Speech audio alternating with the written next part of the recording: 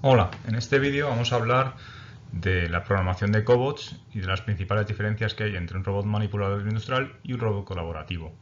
También revisaremos las normativas principales existentes en seguridad que se aplican especialmente para este tipo de robots. Ubicando los cobots en el contexto, podemos analizar el informe de la Federación Internacional de Robótica. El número de robots instalados anualmente, de robots industriales, va creciendo a lo largo de los años, si bien en los últimos años ha tenido un pequeño repunte que incluso va a empeorar con la situación del COVID. Sin embargo, se espera que para los próximos años se incremente el número de instalaciones robóticas. A pesar de este decrecimiento, si vemos el ratio de cobots respecto a robots manipuladores industriales, estos han ido creciendo a lo largo del tiempo, con lo cual si el cómputo global de la robótica va a ir creciendo en la industria, más aún lo harán los robots, este tipo de robots. Esto denota que los cobots están cogiendo mucha fuerza en el contexto industrial. Si nos fijamos en el tipo de aplicaciones, debemos de tener en cuenta que sobre todo la robótica se está empleando en temas de manipulación, seguida muy de lejos de procesos como pueden ser la soldadura o el montaje. Los robots manipuladores industriales se rigen según la norma ISO 10218-1 o 2. Es un manipulador controlado automáticamente, reprogramable y multifuncional, programable de 3 o más ejes, que puede ser fijo o móvil y se utiliza en aplicaciones industriales automatizadas. Incluye el manipulador, los actuadores, el sistema de control e interfaz de comunicación, tanto hardware como software, así como otros ejes integrados. Un sistema robótico industrial incluye los elementos terminales, como pueden ser garras, ventosas, pistolas de soldadura, así como equipos supletorios que son necesarios para el funcionamiento de los robots. La celda robotizada puede incluir además otra serie de equipos, de dispositivos de seguridad que son necesarios para cumplir la normativa vigente que obliga a los robots manipuladores industriales a estar aislados en su lugar de trabajo. Esto es vallas de protección, barreras fotocélulas, sensores de presencia. La línea industrial robotizada constituirá todo ese conjunto de celdas robotizadas que estarán protegidas dentro de un área de seguridad. En los robots manipuladores industriales se aísla el espacio de trabajo para que ningún operador pueda entrar dentro y sufrir daños. Los cobots, por el contrario, son robots diseñados para poder interactuar con humanos, con lo cual se comparte el espacio de trabajo. Para lograr esto, los cobots disponen de múltiples sistemas de seguridad que evitan esos daños cuando se trabaja con humanos, para evitar esas fases de colisión y atrapamiento.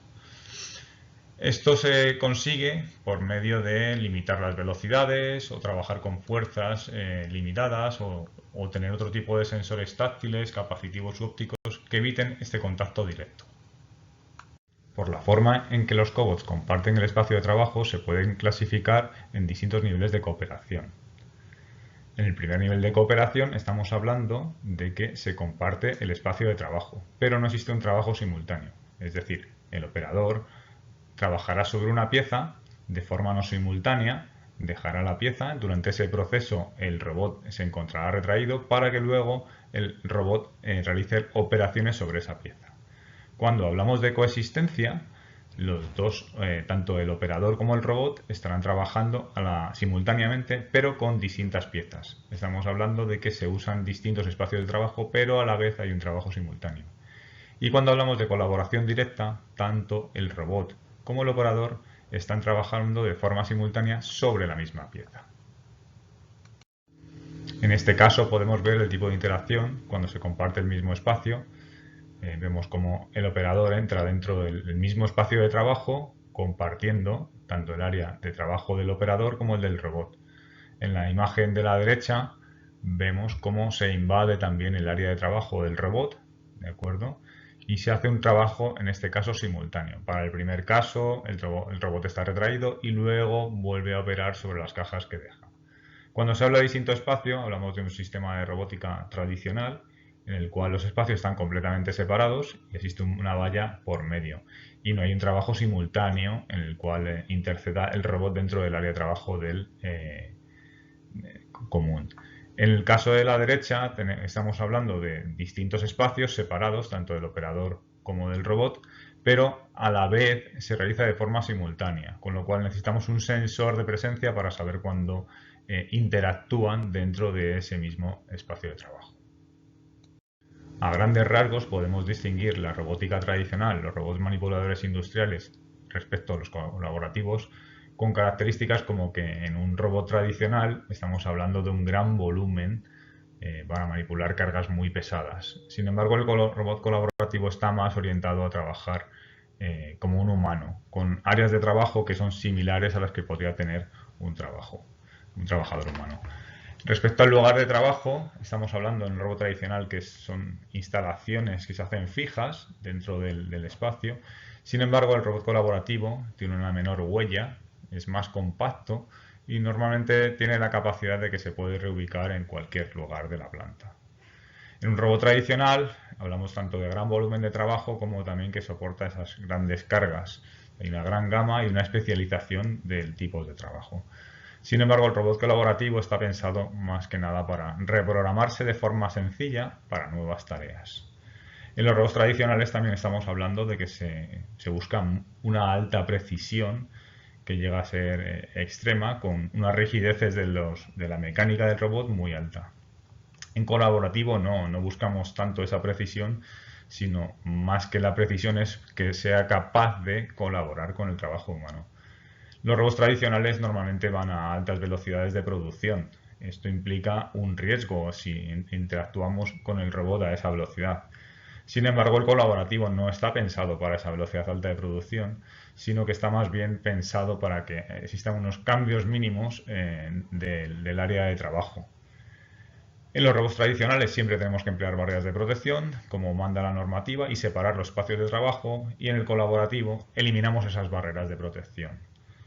En los robots tradicionales también es muy común emplear una programación especializada y que suele ser muy poco intuitiva, y entonces donde encontramos expertos en distintas gamas de robots, de marcas de robots, y los colaborativos suelen tener capas que nos permiten una programación que sea muy rápida de aprender y sea más intuitiva. Por lo cual, en el final, los robots tradicionales se usan para la especialidad y los colaborativos para la versatilidad. Esas eran las diferencias que podemos encontrar de los robots manipuladores industriales contra los cobots. En realidad los cobots presentan ciertas ventajas. Se pueden emplear para un mayor rango de tareas automatizables, en las cuales vamos a un bajo volumen y una fácil instalación. En esos casos un robot manipulador industrial no se justifica porque los bajos volúmenes no son capaces de dar un retorno de inversión adecuado y su instalación no es sencilla. Los cobots son el complemento humano-robot, es decir, buscar que sean un ayudante para lo que es una tarea que haría el humano, no así los robots manipuladores industriales que están pensados exclusivamente para que realicen tareas, no como complemento de actividades humanas, sino suplantando esa actividad de los humanos. Se produce un incremento de esa productividad por esa unión humano-robot, es decir, aquellas tareas que sean más monótonas o que requieran un poco más de esfuerzo o en determinados casos cierta precisión, son más fáciles de realizar por parte del cobot que por parte del humano, con lo cual se convierte en un ayudante del humano. Al ocupar también muy poca huella en planta, es más fácil realizar cambios de layout. También están muy pensados a una fácil programación, con lo cual existen capas de alto nivel que facilitan la reprogramación incluso por parte del operador. También eso significa que tenemos poca dependencia de proveedores tecnológicos. Normalmente son sistemas más abiertos que permiten incorporar nuevos elementos sin dificultades. También tienen un menor coste, es decir, no solamente es el robot como tal, sino que el coste del robot se reduce al no tener también la implantación de esos sistemas de seguridad. Y esto facilita que sea muy adecuado para la producción de series cortas. En esta plantilla podemos ver un esquema de lo que significan los robots manipuladores industriales frente a los colaborativos. En un industrial tienes que hacer un aislamiento con barreras físicas, es decir, la seguridad te obliga a tener ese tipo de barreras físicas, ¿de acuerdo? Sin embargo, en un colaborativo buscas ese espacio compartido. Si bien, aunque tú no uses barreras, sí que tienes que hacer un control de detección o tener específicamente muy controlado tu proceso, la herramienta que vas a emplear para evitar esos atrapamientos o aplastamientos potenciales que pueda haber con el usuario.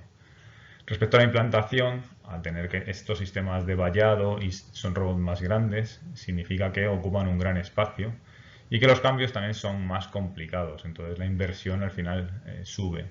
En la implantación de un colaborativo usamos poco espacio, el cambio sería más rápido y esto facilita que la inversión sea menor.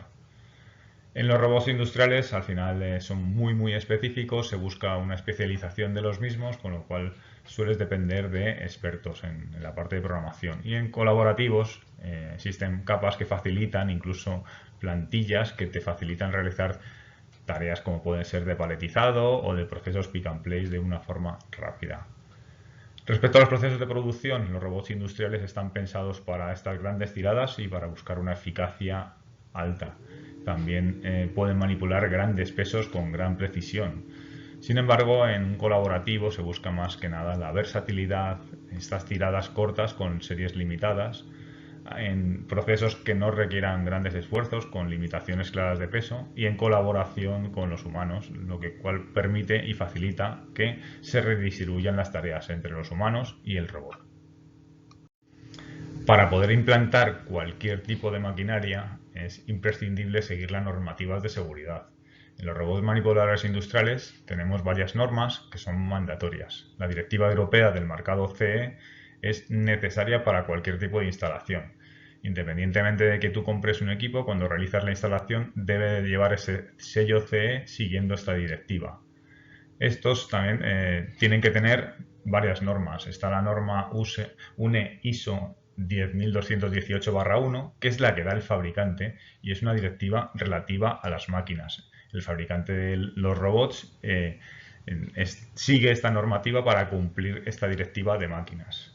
Luego están las directivas que seguiría el instalador, es decir, la UNE ISO 10218-2 es el instalador el que va siguiendo que tiene que llevar no solamente el robot que se instala, sino el conjunto de esa celda robotizada.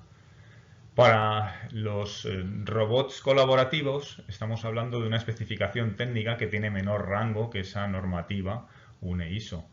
Es una especificación técnica que son directrices adicionales para integrar y adecuar los robots colaborativos. Estos se basan en unas recomendaciones que se hacen en base al tiempo que tú estás presionando sobre el cuerpo humano en distintos sitios y el número de veces, lo cual te establece un ratio de seguridad que tienen este tipo de robots. En esta especificación técnica de la ISO TS 15066 se establecen varios modos de seguridad de funcionamiento. En el primer modo es la parada monitorizada nominal de seguridad. Esta es una parada de categoría 2 en la cual la velocidad del robot es igual a 0 cuando el operador entra dentro del espacio del robot. Eso significa que el robot ya no se va a mover y también que esta parada se produzca cuando se produzca también una pérdida del control de la monitorización de la parada, es decir, cuando falle alguno de los sistemas habrá esa parada de categoría 0 que significa también una desconexión de la energía. Esto es típico para el uso de operaciones de tipo carga y descarga u operaciones de supervisión. El siguiente modo de funcionamiento es el guiado manual, para el cual se emplea un mando con parada de emergencia en un dispositivo de validación. En este caso los movimientos van reducidos, es decir, se hace una limitación de velocidad y el funcionamiento del robot solo se realiza si en caso de que se produzca, puedas coger y operar sobre el propio mando y siempre a esa velocidad reducida. Es el modo que, por ejemplo, estamos realizando a la hora de hacer la programación nosotros directamente con el Teach Pendant en el laboratorio. Esto se suele usar para tareas en robótica o para una producción limitada o en lotes. El siguiente modo de funcionamiento es la limitación de fuerza y o potencia, es decir, se permite el contacto físico con la persona dentro de unos determinados límites, para lo cual tenemos que tarar esa fuerza que va a realizar contra el operador. Esto lo puede realizar de distintos modos. Se puede colocar un sensor de fuerza directamente sobre la muñeca o se puede monitorizar el consumo que tienen los distintos motores. También existen otros tipos de tecnologías que podemos ver a continuación. Al limitar la fuerza y o potencia, es obligación del integrador evaluar los riesgos de cada una de las aplicaciones específicas. Es decir, tú puedes programar el robot para que no realice una fuerza máxima, por ejemplo, pero lo debes evaluar dentro de lo que es la aplicación específica. Por lo cual tenemos que tener en cuenta lo que es el robot en sí, ¿de acuerdo? El actuador final, las partes que vamos a manipular o las piezas que están accesibles. Ahí tenemos que determinar qué fuerzas de contacto, en las cuales podemos determinar presiones, que son a lo largo del tiempo, con un espacio temporal muy elevado, y energías de impacto, es decir, cuando la presión y el contacto se produce es muy elevada durante un tiempo breve. Existen también contactos cuasi estáticos, podríamos decir, que sería un aplastamiento, o transitorios, que son los golpes. Depende de la parte del cuerpo que se golpee, habrá una consideración de un ratio que aplique mayor o menor. Aquí debemos tener en cuenta también la posibilidad de hacer usos incorrectos, es decir, cuando el operador entra dentro del área de trabajo y hay una fuerza que nosotros consideramos que es suficiente para una operativa normal, pero si el operador se da la vuelta y golpea directamente sobre la cabeza, la severidad del impacto cambia notablemente que si golpea sobre un hombro. Con lo cual todos estos aspectos los deberíamos de tener en cuenta. Además, hay que tener en cuenta el efecto acumulativo de distintos contactos, con lo cual incrementa la severidad. En la recomendación técnica de la especificación de la ISO TS 15066, en el anexo A, hay una serie de sugerencias de cómo evaluar esta serie de riesgos. Al hablar de limitación de fuerza y o potencia, tenemos que hablar dos métodos de seguridad: la seguridad pasiva y la activa. La seguridad pasiva, para ello vamos a hacer un incremento de las superficies de contacto. Podemos establecer incluso en determinadas zonas elementos deformables amortiguadores, como pueden ser espumas o gomas. Y también tenemos que limitar las masas en movimiento para que la energía que tú traslades durante el impacto sea notablemente menor. Esas superficies de contacto se hace sobre todo con formas redondeadas. En seguridad activa estamos tocando lo que sería la programación interna, en el cual lo primero que haríamos sería limitar las velocidades que vamos a efectuar con nuestro robot. Limitaríamos también los pares de fuerza que se ejecutan sobre cada uno de los motores, la potencia, basados en la potencia que se gasta en el consumo total de cada uno de los motores, o el consumo de forma individual, o podemos limitar determinados ejes. Por ejemplo, el eje más severo sería el primero de los ejes, porque implica una mayor masa y un mayor potencial riesgo de daño a la hora de realizar un impacto. Y luego tendríamos que también tener en cuenta el uso de una parada de seguridad monitorizada. Es decir, ante esa determinada colisión se realiza ese paro. Existen también sistemas que nos sirven para detectar ese contacto o incluso para anticiparnos a ese posible contacto que pueda ocurrir. Una de las formas para limitar esa fuerza y o potencia es reducir los riesgos por medio del uso de motores que sean más pequeños o de sistemas de embragues que ante determinados esfuerzos se sobrepase el umbral, y funciones que también limiten la fiabilidad de los procesos. También dispositivos sensoriales que permitan anticipar las colisiones o reducir la fuerza. El cuarto modo de especificación de seguridad de modos de funcionamiento de esta recomendación técnica es por medio del control de la velocidad y la distancia de separación con el operador. Una de las posibilidades es que el robot evite a la persona en tiempo real manteniendo una separación mínima. En este vídeo tenemos con un sensor capacitivo, evalúa la distancia a la cual está el operador y el brazo robótico evita de esta forma entrar en contacto con el operador.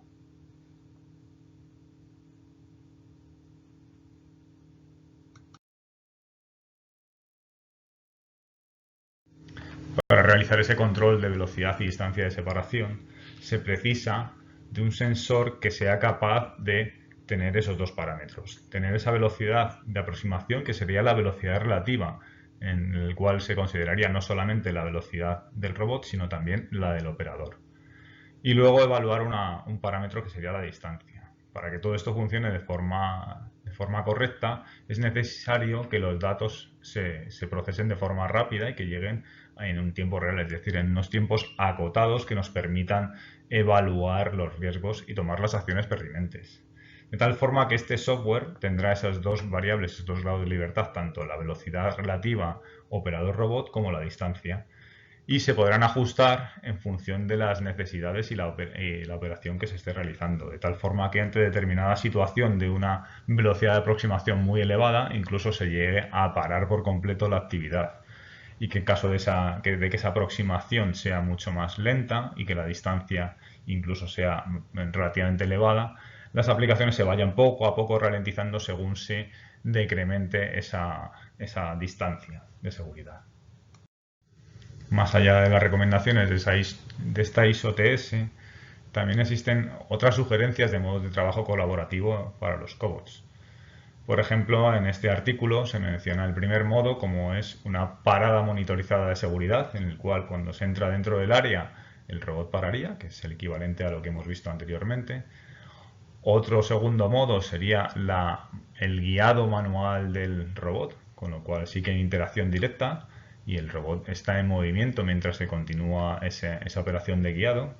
El tercer modo está muy a colación de la anterior transparencia, en el cual, según la velocidad y la distancia, la operación del robot se va ralentizando o incluso se puede separar del mismo, de tal forma que se busca esa distancia de separación mínima y controlada.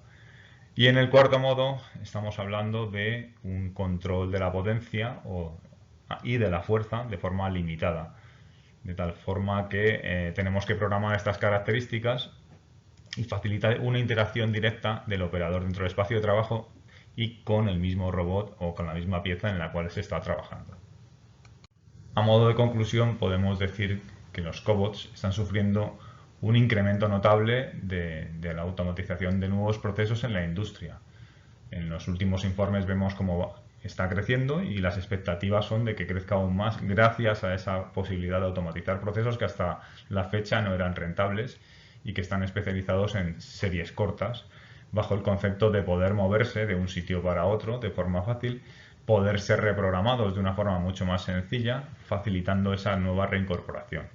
Pero aquí se abre un nuevo ítem en el cual es el concepto de seguridad ha cambiado respecto a la robótica tradicional y debemos tener en cuenta esos aspectos y guiarnos por las normativas que actualmente hay de seguridad específica de estos robots, que es una especificación técnica.